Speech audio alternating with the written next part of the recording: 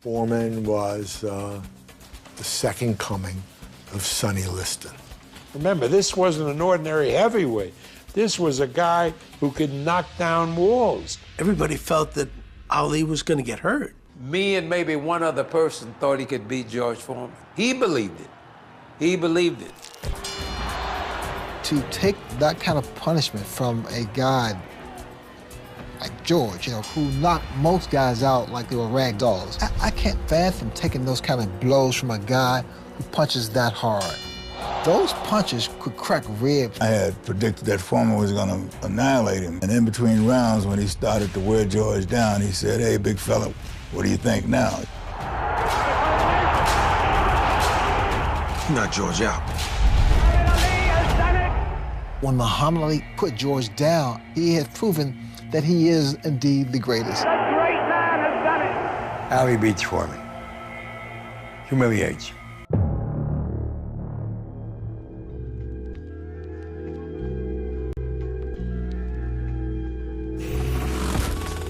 The year was 1974. Big George Foreman had just suffered his first loss to Muhammad Ali in what would go down as one of the most famous contests in boxing history. Ali wasted little to no time getting back in the ring and defending his title over Ron Lyle and Joe Bugner in the next few months. But what happened to George Foreman? Well, you're in the right place to find out. Stay tuned for Boxing Legends TV's recap of one of the most outrageous and rarely spoken of events in boxing history.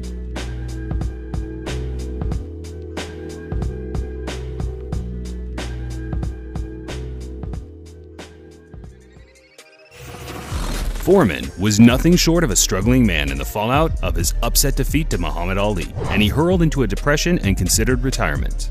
But then, just 1 year later, an opportunity came up giving George the chance to showcase his skills in a unique contest that would be known as the Toronto 5. The bizarre event was aired live on Wide World of Sports, and funnily enough, that had Ali calling the show at ringside. As you can probably tell by the title, Foreman fought not once, not twice, but a staggering 5 times in one night, with all contests being spread out over one 15-round fight. The event didn't go quite to plan though. Foreman was up against 5 rather weak contenders and was expected to knock them all out with relative ease. But with Ali taunting him at every second at ringside and the crowd booing George for pretty much no reason, the night's action was strange to say the least. First up stepped Alonzo Johnson, who had only fought one fight in the last 10 years, winning a 10-round decision in 1972. Now, to be fair, he was at a decent level in the mid-60s, competing against the likes of Muhammad Ali, Cleveland Williams, and Carl Mildenberger, of course losing them all, but seemed a reasonable first opponent. Once again, you're looking at the baleful stare of George Foreman. What do you think of the baleful stare? He got that from Sonny Liston. He's trying to scare his opponents. That don't work. The bell for round 1. This is first round action. George is doing a lot of dancing, which is not his style. He's moving. I think he's trying to impress me. I'm not sure what Foreman was thinking of with what I'm going to call the George Foreman shuffle in the opening round. But the crowd seemed to enjoy it somewhat, and in round 2, he wasted no time and put his man away. The fans started to boo George Foreman at the end of the first round. Come up! That's it! That's it! That's it! Nail the referee Harry Davis on the road allows the fight to continue. Come up! On the road! Hold on! Come up! There he goes, down again. Third time down. That does not automatically end the fight. However, his handler comes in to stop it. To the boos of the crowd, the fight is over in the second round, as George Foreman predicted.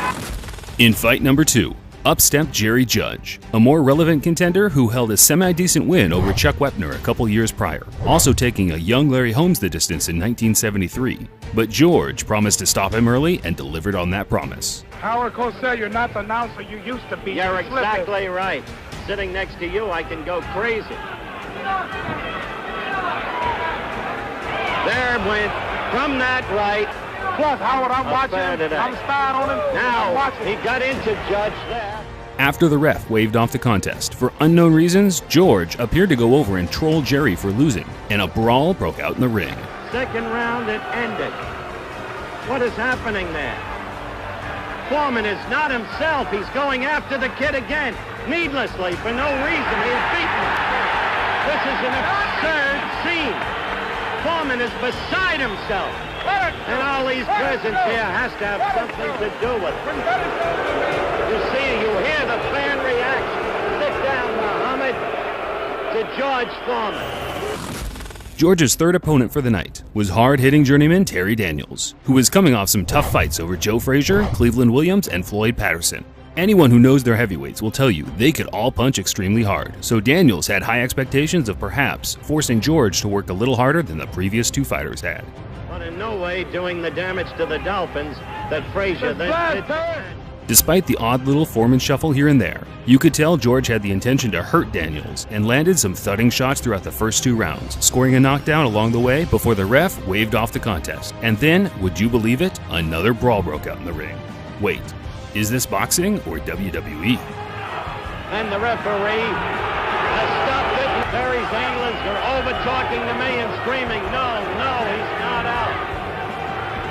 They've started fighting again. The referee off in the corner with the handler. I told you this is the weirdest occasion you'll ever want to see. He started fighting because it's not really a fight.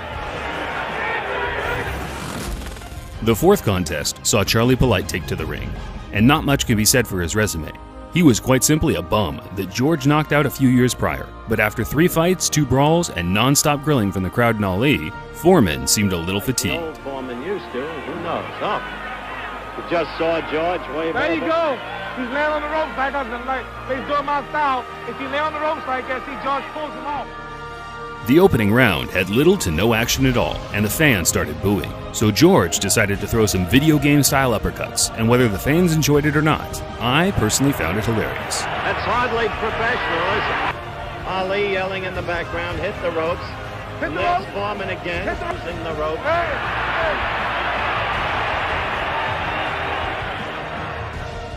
Despite the knockdown, Foreman went the distance for the first time before his last challenger entered the ring.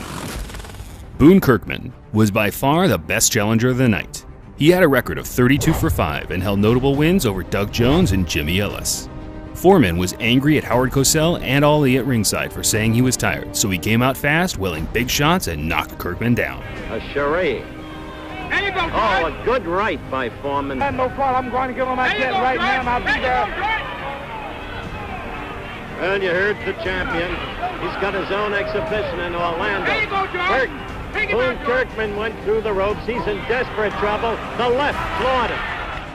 The fight ended up going the full 3-round distance, and the crowd were far from overjoyed, and quite honestly, the whole event was a bit of a fail considering George was supposed to look spectacular and force his big fight rivals back in the ring. But Ali left the stadium immediately after the bell rang, and it kind of felt like George was talking to absolutely no one in his post-fight interview. I'm feeling like a big heavyweight. No way that powder puff, low down, good for nothing, loud mouth, Mohammed, whatever you call his name, can beat no George Foreman. He's instructing the guys, lay up against the rope. How can you be a champion and lay up against the rope? Man, I'm through talking. That's why I knocked out 5, I'm going to knock out 3. Joe Frazier, Ken Nord, and Ali. Although the referee's not going to allow these guys to lay on the rope like they did. You cannot fight and lay on no rope. You can't fight and lay on no rope. What's wrong with these men? The only reason the guy went 3 rounds, he laid on the rope. I'm going to fight, I'm going to beat every heavyweight in the world, then I'm going to retire, go home and kiss my little daughter, and get away from boxing. Thanks for watching, fight fans. If you enjoyed the video, please remember to press the like button and subscribe if you're new around here. Until next time, this is Boxing Legends TV, signing off.